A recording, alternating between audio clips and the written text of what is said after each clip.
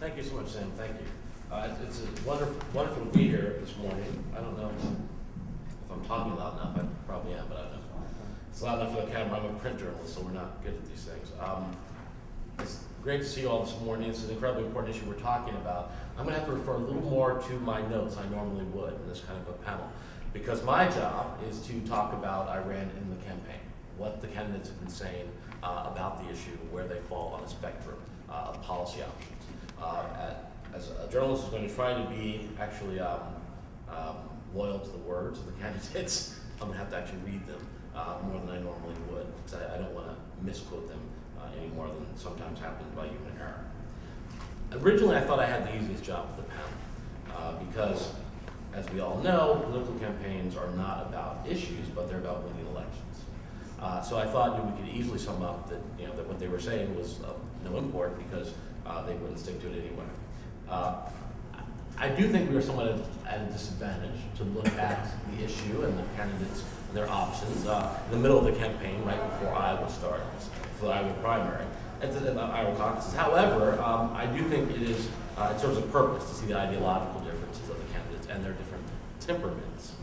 I think there's no better example of the disconnect between a campaign and an actual foreign policy when the candidate is elected than George W. Bush.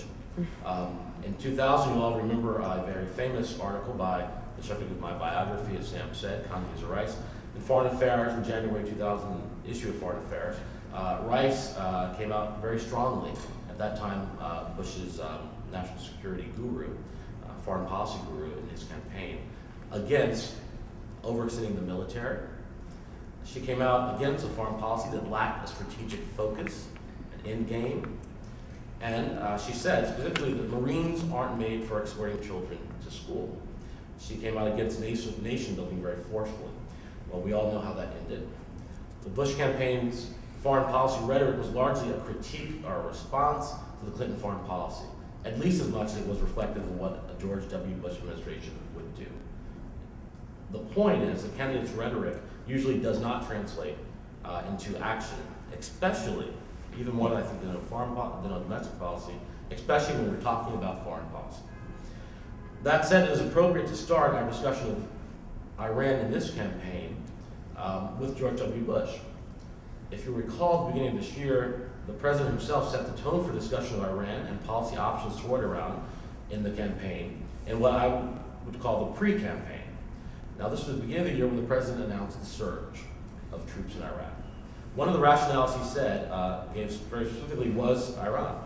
He said that they were killing U.S. troops by sponsoring, by training and equipping and sending IEDs across the border into Iraq.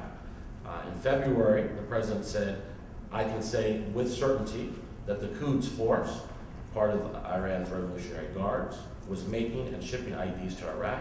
He said they were training insurgents and infiltrating into Iraq. So the 2008 campaign started against that backdrop. Secondly, I don't think it's an exaggeration to say that the current administration has continued to set the tone on Iran.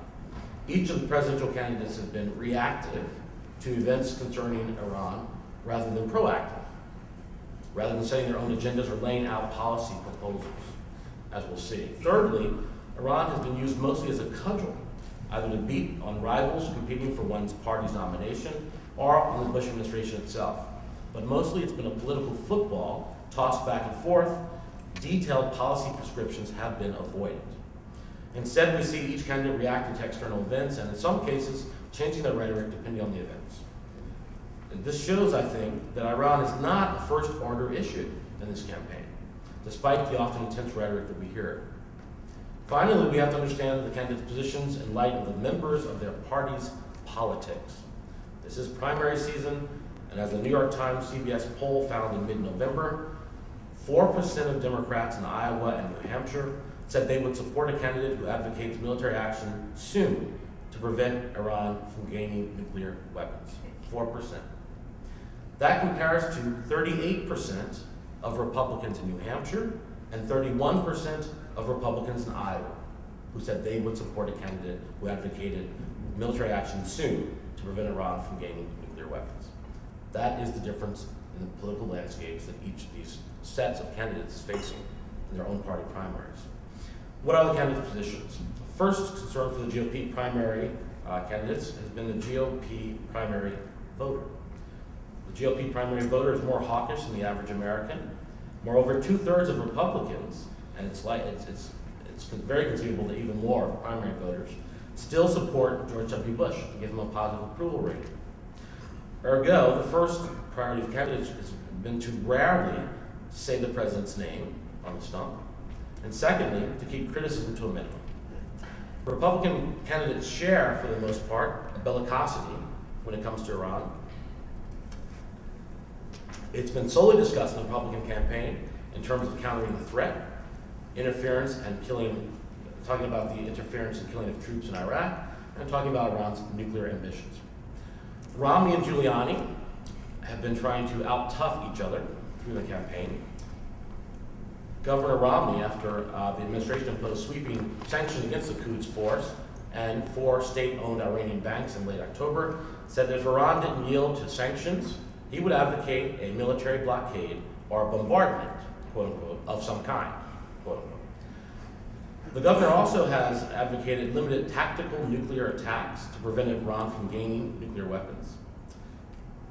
We should point out this is a big shift from an early debate in Michigan, where the governor actually said, when he was asked, would you take military action against Iran without consulting Congress to prevent the country from gaining nuclear weapons? He was clearly caught off guard, and he said he would consult the White House lawyers. The bellicosity came after that, and he's developed it further. He's never been caught off guard again on the issue. Mayor Giuliani has been, I think, has done as much chest thumping as the governor has.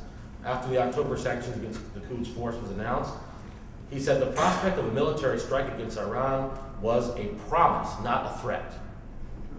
Very reminiscent of things that the president himself said early on in his war with Iraq.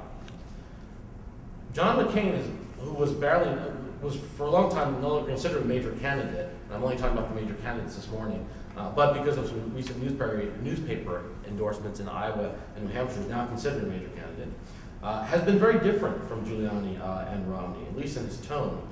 For one thing, he has not had the need to show how tough he is. He's been around for a while. He's a former POW. Everyone knows he's tough. And he's independent, much more so than either of those candidates have been vis-a-vis President Bush. He also supported the surge in Iraq all along.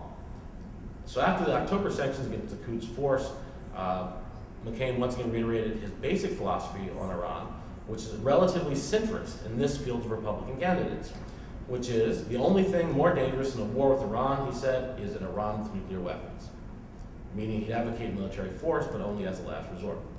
Still in December, when he was trying to reinvigorate his campaign at that point and launch his No Surrender campaign, I think it was no mistake that the senator actually talked a lot about how the U.S. couldn't leave Iraq precipitously because Iran would step in the vacuum.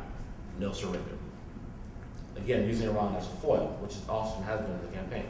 Mike Huckabee, who's been the surprise instant frontrunner of late, has been the most different on the Republican side. He's been unafraid to criticize the president.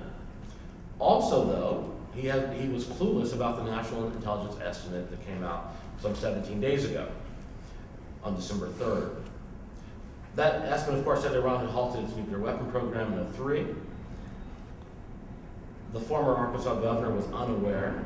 He actually, although he's prided himself on his straight talk, much like McCain once did, he actually was not very straight talking in admitting that he had been late in learning of what the NIE said. He said it was released in the morning, and he heard about it, he said, that afternoon. Actually, it was more than 30 hours before the governor was aware of it. Interesting enough, that has not hurt Governor Huckabee. And the hypothesis that the pundits are now proffering is that Americans may not just be tired of the war in Iraq, they may also be tired of the war about the war.